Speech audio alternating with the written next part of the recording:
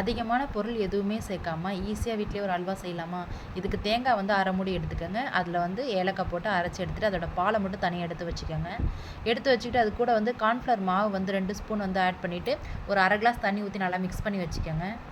கட்டி எதுவும் இல்லாமல் மிக்ஸ் பண்ணி வச்சுட்டு நம்ம தேங்காய் பால் இருக்கு இல்லையா, அது கூட கார்ன்ஃப்ளவர் மாவையும் ஊற்றிடுங்க. அந்த கரைச்சி வச்சுருந்த மாவையும் ஊற்றிடுங்க.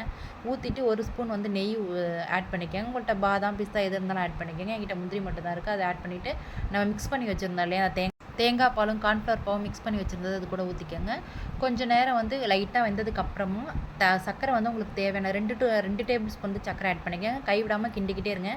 கை விட்டுட்டிங்கன்னா அது வந்து ஒரு கட்டி கட்டியாக ஆயிரும். அதனால் வந்து ஸ்பூனில் ஒட்டாத அளவுக்கு வந்துச்சுன்னா அதுதான் வந்து பார்த்திங்கன்னா கரெக்டான அளவு. சூப்பராக வந்து பார்த்திங்கன்னா நமக்கு ஒரு 10 மினிட்ஸ் போதும். சூப்பராக உங்களுக்கு தேங்காயில் வந்து பார்த்திங்கன்னா நமக்கு அல்வா ரெடி ஆகிடுச்சு. கண்டிப்பாக வீட்டில் ட்ரை பண்ணி பாருங்கள். டேஸ்ட் எப்படி இருக்குன்னு மறக்காமல் கமெண்ட் பண்ணுங்கள். தேங்க்யூ ஃபார் வாட்சிங் my videos. Thank you to all.